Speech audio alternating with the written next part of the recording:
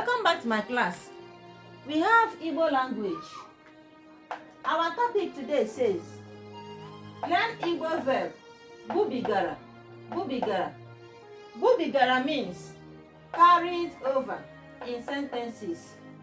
We are going to learn a topic that says, Bubigara, carried over. It is in past tense. It is a verb.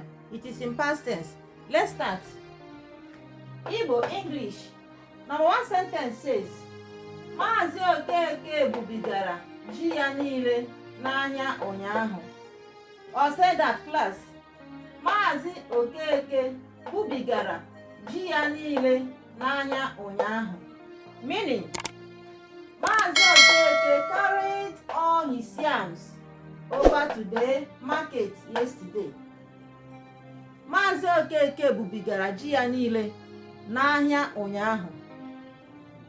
Maazi Okeke carried all his yams to the market yesterday.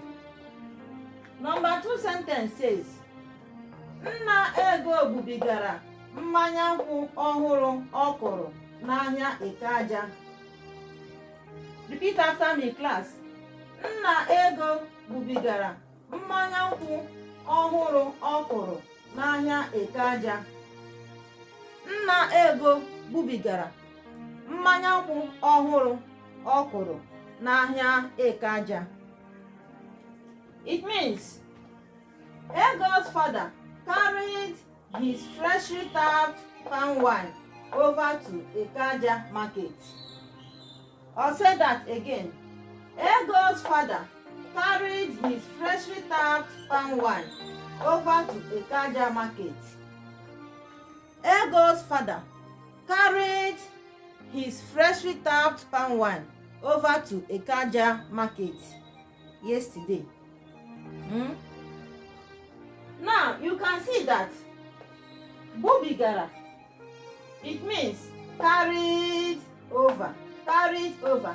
At times we write them at the same place. At times we separate them depending on how you make your statement.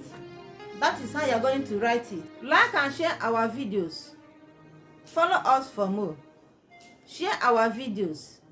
Bye.